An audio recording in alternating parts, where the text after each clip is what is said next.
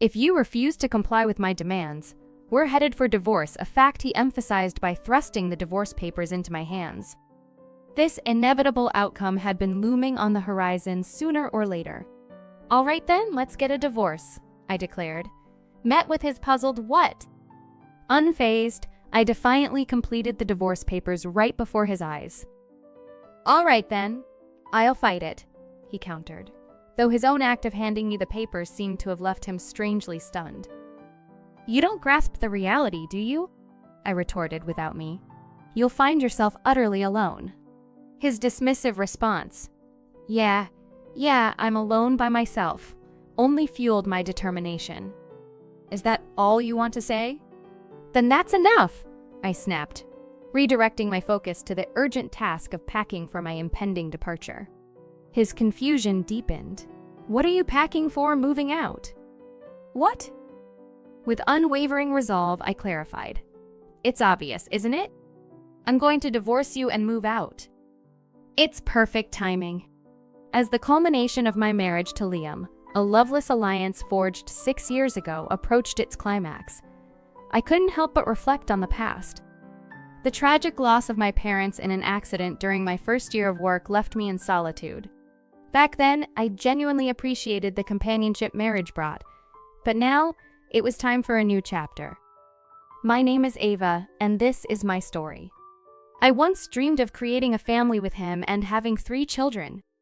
However, those dreams of a bright future shattered as the harsh reality unfolded after our wedding. Liam's initial warmth gradually gave way to coldness. In the midst of our small arguments, Liam would often repeat, "Ava, if I'm gone, you'll be a loner again." These clashes were marked by his consistent attacks on my vulnerabilities, particularly his dissatisfaction with my housework. His discontent was evident when he questioned the dinner choices, remarking, "Is this stir-fried vegetables for dinner tonight? The dishes are for old people." In my defense, I would remind him, "Didn't I call you to ask what you want to eat today?" His response was a retort. "You said whatever, but I still believe a housewife should consider what her husband wants to eat and cook it." Liam's complaints continued, expressing his desire for pie Asia for dinner. I countered, "Then say so. You should express your preferences without being asked." Frustration escalated as he replied, "You'd complain no matter what I cook." Feeling indignant, I asserted, "I work just as hard as you do, and I'm the sole caretaker of the housework." Liam, dismissive, replied, "Don't talk like that. You claimed to like doing housework before we got married." I reluctantly admitted, "It's true. I liked it, but if you're always complaining about it, I don't want to do it anymore." Liam's response was a simple "I see." The escalating tension in our marriage cast a shadow over the dreams I once held for our family. "What?" "No, I just thought you were being cheeky. Making comments like that diminishes your opinion of me, and I don't appreciate it. I don't want a wife who talks down to me like this. You're always reading into things." "Here we go again. Next, you'll bring up the fact that I'm alone in the world," Liam asserted, following a pattern he always repeated after arguments. "Maybe having kids will make your loneliness go away. Maybe it's time for us to have kids too," he added, a statement he never forgot to make post-conflict. In the early days of our marriage, I eagerly wanted to start a family, but the kind and caring husband I once knew disappeared. Now, faced with the man who consistently complains, I hesitate about having children with him. While it's true that I have no other relatives than Liam, I was independent before marrying him. I have enough resources to sustain myself, and the thought of returning to loneliness is less daunting than enduring Liam's threats. The prospect of having a child with him is daunting, as I fear spending a lifetime subjected to his abuse. Imagining him mistreating me in front of our own child is unbearable, and the more I think about it, the more I find myself leaning towards the idea of returning to a solitary life. I found myself unable to progress in my relationship with Liam, and this dissatisfaction was mutual. Liam, displeased with my hesitation, confronted me before we got married. "You said you wanted kids right away, so why are you so reluctant about having a baby now?" "This feels like fraud." Defensively, I shot back, "If that's the case, why don't you make me feel comfortable about having kids?" Are you going to complain about my cooking in front of the kids or nitpick my housework and the way I fold clothes? I'm not complaining. I'm just expressing my thoughts, he retorted, seemingly dismissive of my concerns. Frustrated, I countered. That's just how it sounds to you because you're a perfectionist. I guess your personality gets distorted when you don't have parents in your childhood. Liam's response was a dismissive laugh, claiming, I'm not making a fool out of you. However, the goofy grin on his face betrayed his true intentions, proving that he was, indeed, mocking me. Adding to the complexity was my mother-in-law, who never missed an opportunity to inquire any grandchildren yet. This question became a regular interrogation every time I visited my in-laws. Exasperated, I retorted, That's right, you should tell her too. The strained dynamics in our relationship and the pressure from external sources cast a shadow over the once promising prospect of starting a family with Liam. She's not helping at all. Ava, what's going on? My mother-in-law stared at me, leaving me speechless. Well, I guess there are things going on. Liam, you should talk it over with Ava, she suggested. I talk to her all the time, but this woman, Liam began, but my mother-in-law interjected firmly. Don't call her this woman. Just make sure you and Ava talk it out, okay? Okay, I understand, Liam conceded. My mother-in-law, not one to dwell on conversation, had been living alone since her husband's death. While not a bad person, she never missed an opportunity to inquire about grandchildren, making it particularly tough on me. I could sense her eagerness for me to start a family, but I couldn't bring myself to tell her that I was unsure about marrying Liam due to his personality. I had no choice but to keep my feelings to myself. Then, the unexpected happened. My mother-in-law had an accident. Liam called me at work, and I rushed to the hospital, arriving earlier than he did. I'm sorry for disturbing you.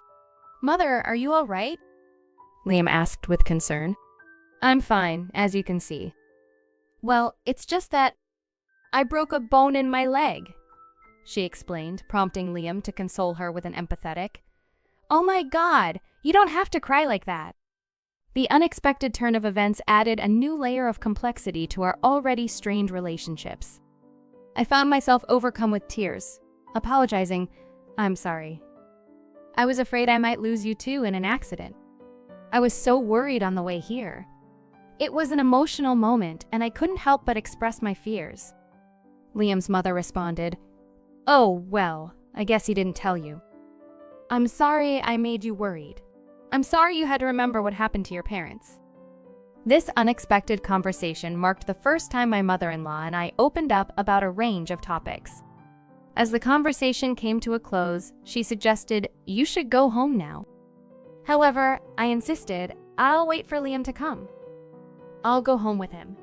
But, unexpectedly, my mother-in-law intervened, saying, He's not coming, so you can just go home. Surprised, I questioned her statement, to which she responded, That's not true. I'm his mother, I know. Sadly, her prediction proved accurate, as Liam failed to show up even after visiting hours. When I returned home, I found him casually watching TV. Angry and frustrated, I confronted him, asking, What are you doing? You called me to tell me your mother had an accident today, didn't you? So why didn't you come to the hospital? His indifferent response was, Oh, I thought you were going. One is enough, right? She's still alive anyway. Then it's not a big deal. She's the only mother you have, right? Incredulous, I snapped back. Shut up! Just make me some food. I'm hungry.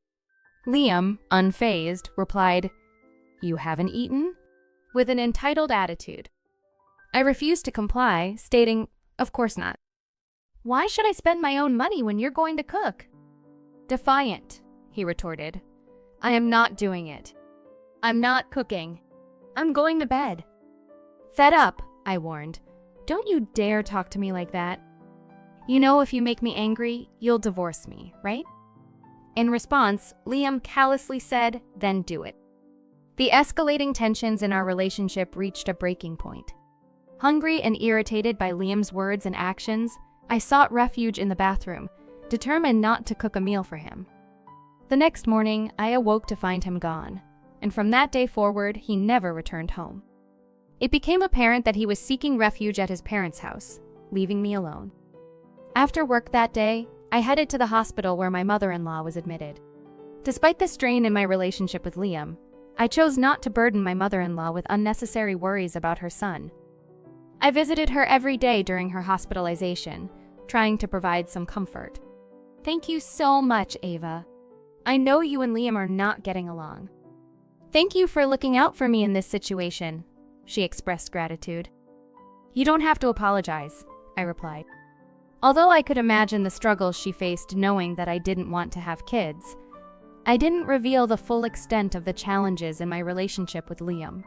Instead, I chose to keep silent, unsure of how to address the complex situation. Acknowledging my silence, she remarked, "A woman's intuition can be right.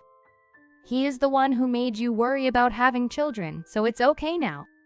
I was looking forward to having a grandchild too, and I inadvertently drove you into a corner by asking you over and over again." The admission from my mother-in-law underscored the complexity of the situation and the difficulty of navigating family expectations and personal choices. "I'm sorry. I couldn't live up to your expectations too," I apologized sincerely as we engaged in this difficult conversation. It was during this exchange that the daughter informed us that her treatment would take more time. Although she was about to be discharged from the hospital, she lived alone and needed assistance until her legs healed. Considering my circumstances, I found myself in a position to offer her help. Taking the matter to my company, I secured permission to work remotely for a limited period to accommodate the needs of the situation. While informing my mother-in-law about my decision, she expressed sympathy for the challenges I was about to face. Despite her concerns, I strongly reassured her. On the day of the hospital discharge, I picked up my mother-in-law and arrived at my in-laws' house. However, the atmosphere was tense, and seeing Liam made it awkward. He should have been at work at that time, and our planned evening meeting made the encounter even more uncomfortable. My mother-in-law observed me with a strange look. In an attempt to address the elephant in the room, I explained, "Actually, we had a bit of a fight with Liam, and he left the house. So, we'll be seeing each other for the first time in a while today." The revelation added to the tension, making the atmosphere even more awkward. My mother-in-law, puzzled, asked, "See each other where?" I hesitated for a moment and then replied, "This is the only place I can think of." The complexity of the situation unfolded as we navigated the challenges and discomfort associated with the strained relationships within the family. My mother-in-law's expression turned stern as I hesitated. I see. I'm sorry," she responded. "Why are you apologizing?" "Liam is your precious son. I'm sure you're uncomfortable with the fact that I blamed him for our quarrel," I offered. However, her reaction surprised me. "No, not at all. He's the kind of boy who never comes to visit me," she admitted. The revelation shocked me, and I couldn't hide my dismay. "What? He never came to visit you?" "No, never," she continued, expressing her disappointment. During the 3 weeks my mother-in-law was in the hospital, Liam never visited her once. I struggled to comprehend the neglect, and my mother-in-law seemed equally appalled. "Well, he's not that sweet boy, is he?" she remarked, the disappointment evident in her voice. Concerned, she turned to me and said, "Ava, I need you to calm down and listen to me. He doesn't have a key to this place, so he is not here." The revelation brought a sense of relief, and my mother-in-law suggested, "Let's talk about you and me first, and then you might meet a surprise." A week passed, and I found myself back in the house where I lived with Liam, packing my bags. As I busied myself with packing, I heard the front door open. Liam entered just as I was contemplating our strained relationship. "Oh, just in time. I wanted to talk to you." "I'm busy. How's Mom doing?" I inquired. "Why don't you come see her for yourself?" he responded indifferently. Frustrated, I retorted, "You're the one taking care of her, so I don't have to go. I mean, you're the one who's supposed to be taking care of Mom." "If you don't do what I tell you to do, we're divorced," I declared, and he handed me divorce papers. Sooner or later, this was bound to happen, I concluded, acknowledging the inevitability of the situation. "Then let's get a divorce," I declared, filling up the divorce papers in front of Liam. Unfazed, I challenged. All right. Surprisingly, it was Liam who had initiated the divorce proceedings, yet for some reason, he appeared stunned. You don't get it, do you? Without me, you'd be all alone by yourself, he asserted. I acknowledged, yeah, all alone by myself. Is that all you want to say? Defiant, I added. Then, that's enough. I'm busy getting ready to move out. Curious, Liam questioned. Where are you getting ready to move out? Mockingly, I responded. Oh, it's obvious, isn't it? I'm going to divorce you and move out. It's perfect timing in the end. Despite his protests, I remained resolute in my decision. Concerned about his mother, Liam asked. Then who will take care of Mom? Dismissing his worries, I assured him. Don't worry, I'll be there for your mother. His response revealed a darker motive as he accused me of being an opportunist, saying, You are an idiot. You know you would get your inheritance by sticking up for my mom. When Mom dies, I'll be the one to get the inheritance as her only son. In a shocking turn of events, he declared, You're not my son anymore, leaving me wide-eyed in surprise. As the tension escalated, my mother-in-law emerged from my room. Why are you here, Mother? Liam questioned, to which she responded, You need nursing care, don't you? I was here to help Ava move out, you stupid bastard. I can move on my own with these crutches.